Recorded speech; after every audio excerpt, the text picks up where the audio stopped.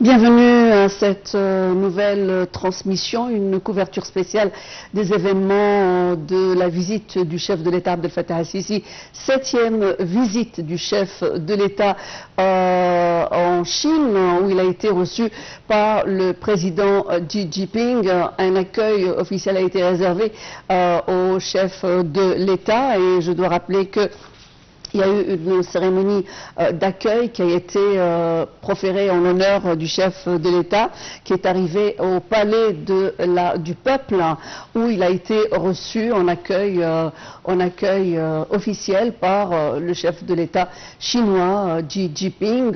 Les deux leaders sont rentrés donc pour pouvoir commencer à entamer ce sommet égypto-chinois qui revêt une très grande importance au vu que ce soit des événements, premièrement de l'importance des relations symbiotiques entre l'Égypte et la Chine sur le plan commercial et politique, mais aussi dans le cadre de la coordination des volets politiques importants, surtout les événements forts de la région du Moyen-Orient au top des discussions, la coordination des efforts des deux leaders en ce qui concerne la situation de Gaza et de l'importance de trouver un cessez-le-feu et bien entendu d'arrêter les problématiques du génocide qui a perpétré par l'occupation israélienne contre le peuple de Gaza.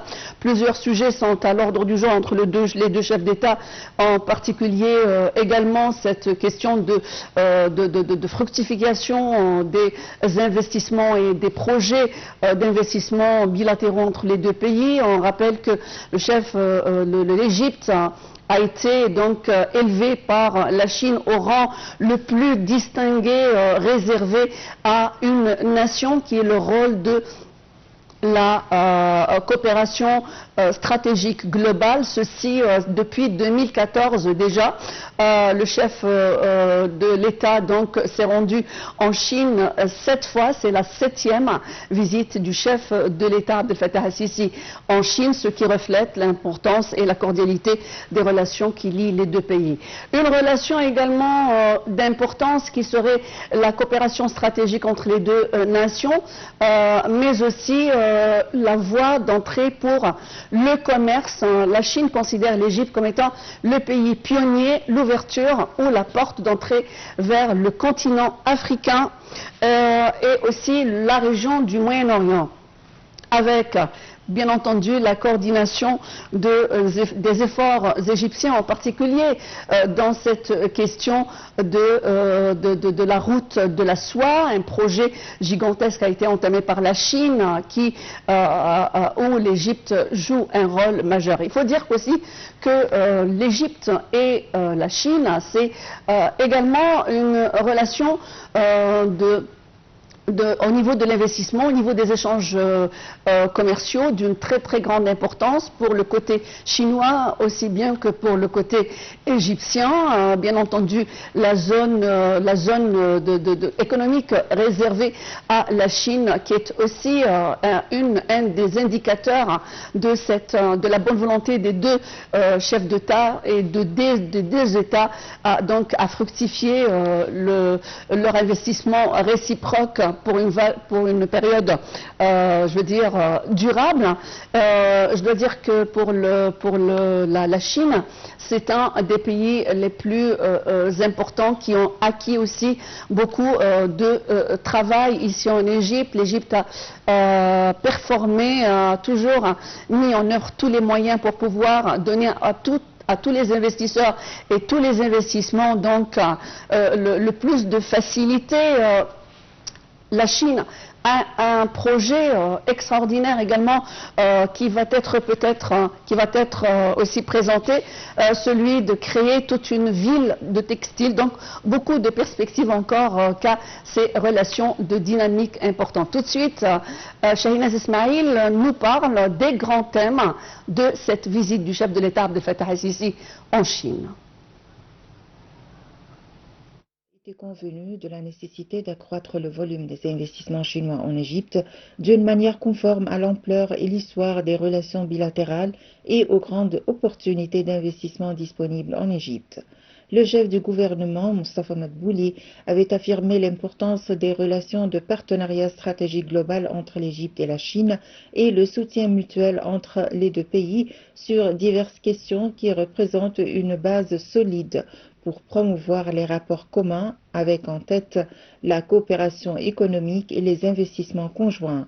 M. Madbouli s'exprimait lors d'une rencontre avec le PDG de TEDA en présence de l'ambassadeur d'Égypte en Chine, Assem Hanafi, et le président de la zone économique du canal de Suez, Walid Gamal-Eddine, en marge des travaux du Forum de la ceinture et la route pour la coopération internationale.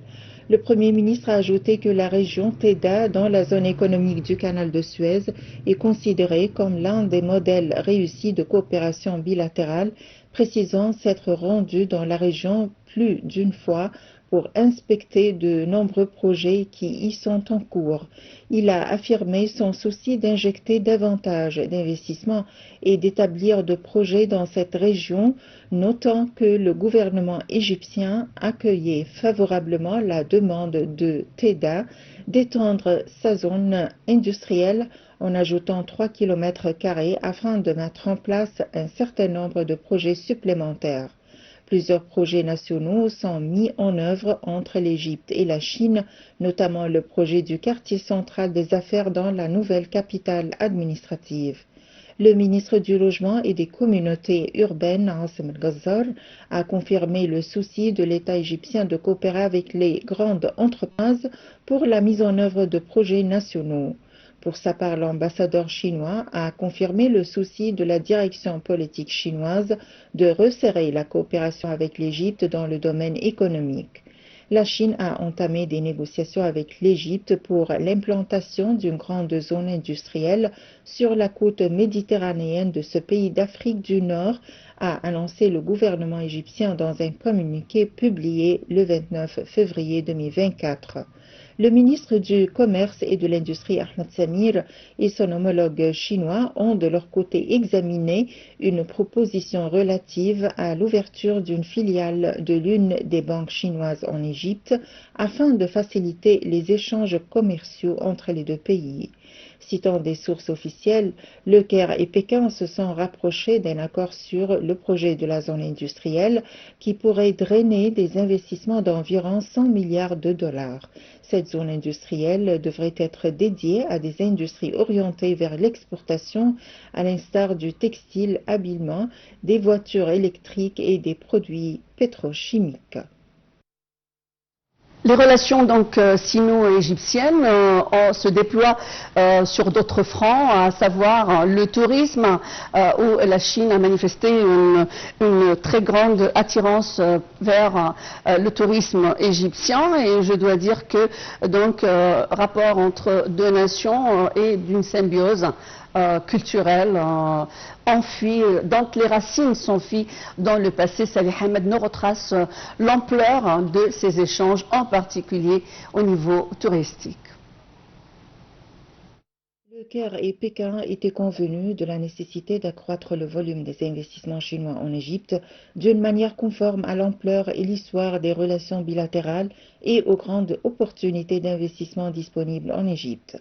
Le chef du gouvernement, Moustapha Madbouli, avait affirmé l'importance des relations de partenariat stratégique global entre l'Égypte et la Chine et le soutien mutuel entre les deux pays sur diverses questions qui représentent une base solide pour promouvoir les rapports communs avec en tête la coopération économique et les investissements conjoints.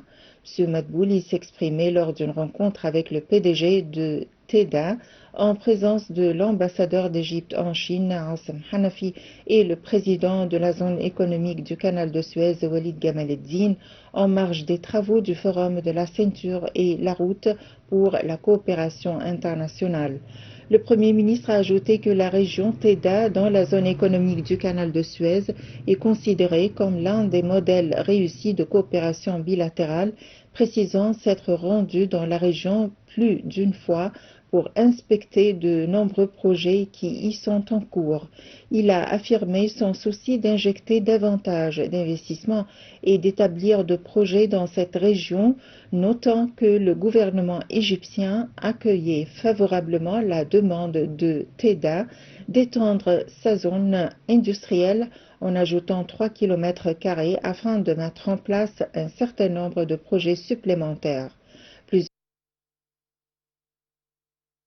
L'Égypte a été, avec l'Afrique du Sud, l'un des premiers pays du continent africain à rejoindre la Banque asiatique d'investissement pour les infrastructures, l'une des institutions les plus importantes du dispositif de financement des projets développés par Pékin dans le cadre des nouvelles routes de la soie.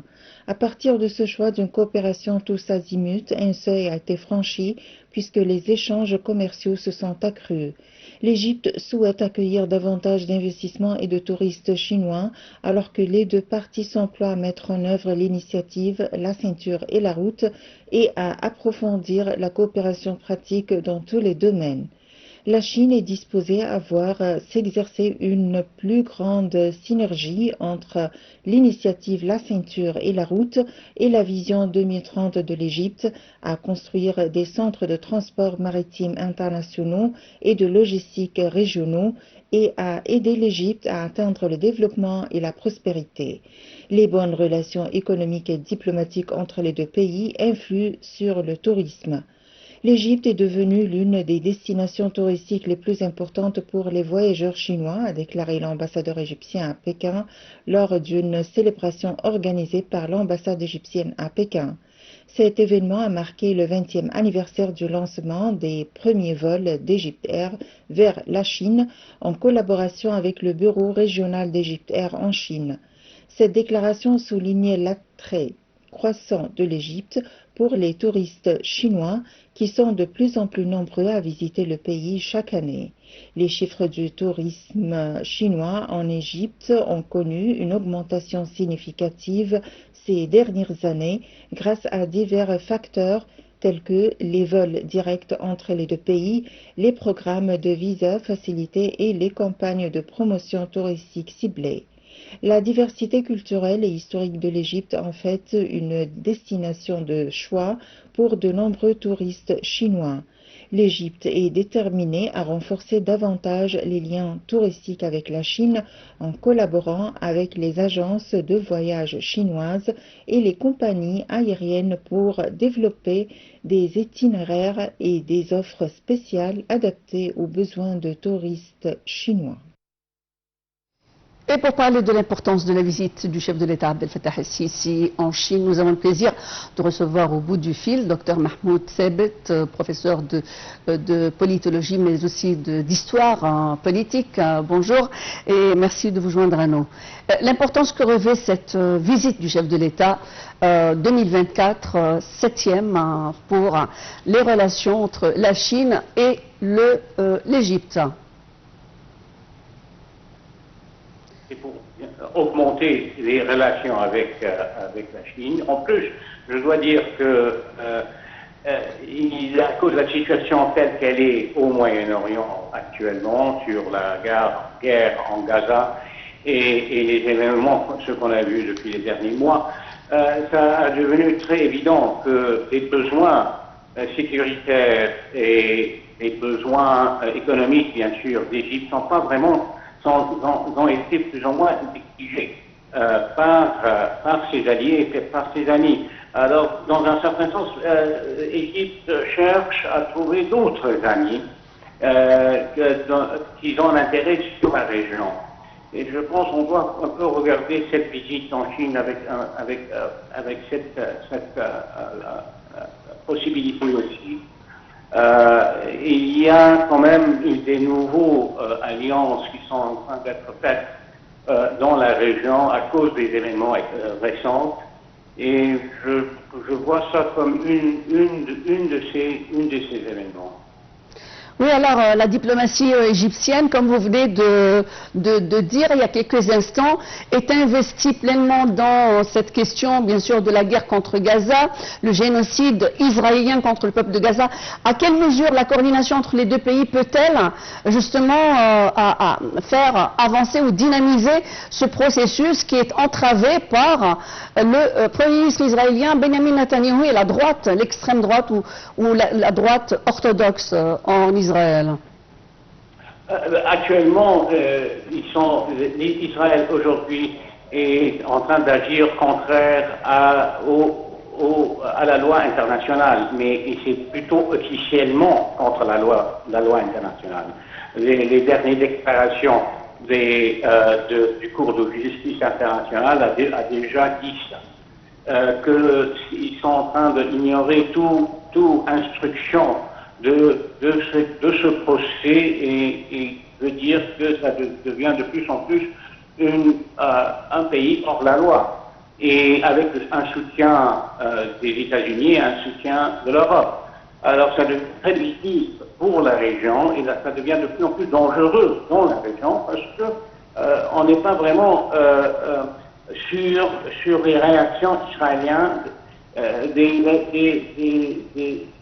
des développements dans la région actuelle. On ne sait pas si leurs actions peuvent être très agressives et qui peuvent ouvrir à une nouvelle guerre générale.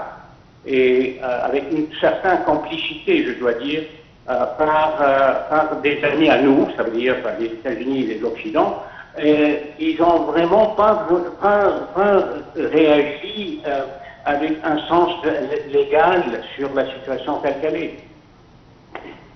Oui, donc une coordination d'une extrême importance vu que la Chine aussi bénéficie du droit de veto, qui est aussi important, mais malheureusement c'est les États-Unis chaque fois qui intervient en faveur d'Israël.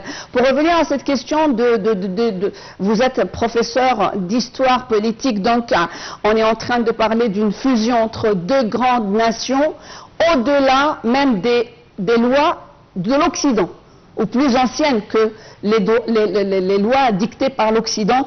Comment vous retrouvez ce mariage entre ces deux cultures? Voilà, le mariage devient de plus en plus logique et de plus en plus évident. Avec un tel danger qui est en face à face avec la région sur l'État d'Israël et ce qu'ils sont en train de faire à Gaza, veut dire que ça devient un catalyse pour se réunir, d'avoir une politique unie, et ça passe à ce qui se passe. En plus de recruter, on peut dire, des autres grandes puissances comme la Chine pour venir et avec leur soutien, un certain soutien diplomatique et politique là-dessus, qu'on a déjà vu dans un certain sens aux Nations Unies dernièrement. Alors c'est tous des pas malheureusement très longs, mais des pas nécessaires pour arriver à une position que les faits sur terre peuvent être adressés et changés aussi. Pour revenir au spectre économique, et aussi une autre facette d'importance dans la visite du chef de l'État, Abdel Fattah el-Sisi, en Chine, la Chine est un grand investisseur en Égypte. Et l'Égypte a une infrastructure ultra moderne pour pouvoir subvenir à tous les investissements donc étrangers qui sont susceptibles. Jusqu'à quel point elle a capté justement l'attention de la Chine? L'attention de la Chine, déjà, elle est rentrée en Afrique et elle a plus ou moins remplacé plusieurs États qui avaient une certaine influence dans l'Afrique. Alors, la Chine est en train de s'adresser avec une politique beaucoup plus robuste qu'elle s'est adressée avant. Elle a besoin d'avoir des marchés, elle a besoin d'avoir des liens économiques avec l'Afrique, le Moyen-Orient et la région telle qu'elle est. En plus, c'est une autre façon de trouver des alliés vis-à-vis de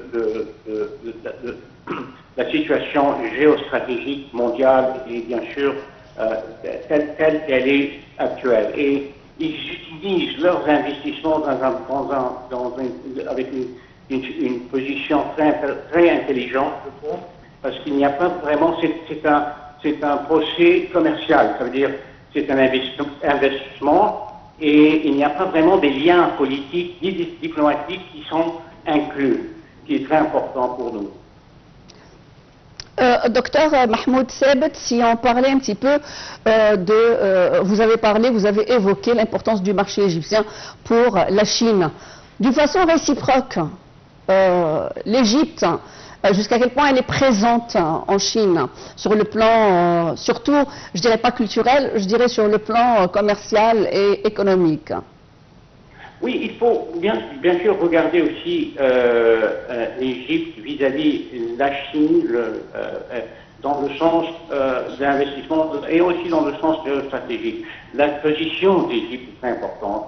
Elle est sur la Méditerranée et aussi sur la mer Rouge. Elle est entre l'Asie et l'Europe. Elle est aussi un portail pour l'Afrique et un portail pour le monde arabe. Alors, ça devient très important qu'il y a des bons liens, des liens économiques avec une puissance comme la Chine, avec un État comme l'Égypte. Oui, merci docteur Mahmoud Sebet d'avoir illuminé cette tribune. Merci pour ces informations. Vous êtes professeur d'histoire politique et mesdames et messieurs, donc la couverture de la visite du chef de l'État Abdel Fattah al-Sisi en Chine, la 7e, continue sur la TV internationale.